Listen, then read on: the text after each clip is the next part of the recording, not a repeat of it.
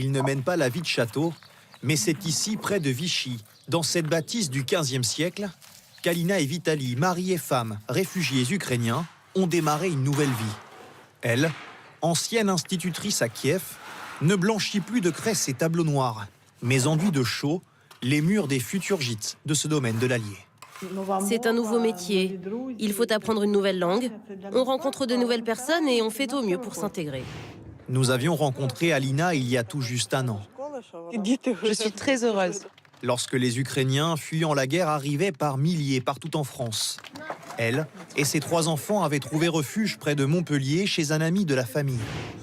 Vitali, maçon, était sur un chantier à Chypre au début de la guerre. Il a donc échappé à l'interdiction pour les hommes de quitter l'Ukraine. Il devait faire un choix, partir se battre ou rejoindre sa famille.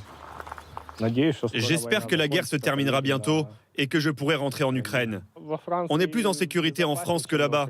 Donc en attendant la fin de la guerre, nous resterons ici. Une intégration rendue possible grâce à des mains tendues, notamment celle de Patrick Ozet, le propriétaire du château, qui les a embauchés en CDD en octobre. Ça va, Vitali? Matériel, le sable, tout est bon? Gagina comprend bien ce que je lui dis, on arrive bien à se comprendre.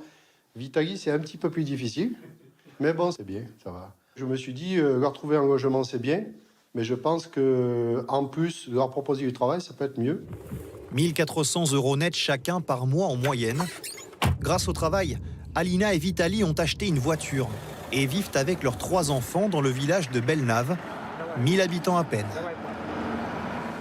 Ça change un petit peu de Kiev. Ah non, Kiev, ça vite Paris. Grande, petit.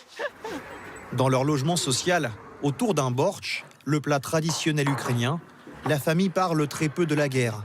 Mais Alina ne peut s'empêcher de penser à sa mère et ses amis restés en Ukraine. Cette distance, c'est quand même difficile à vivre. Nos pensées vont toujours aux enfants restés en Ukraine et qui sont séparés de leurs parents parce qu'ils sont au front. David, 4 ans, Paola, 8 ans et Karina, 16 ans, sont tous les 3 scolarisés.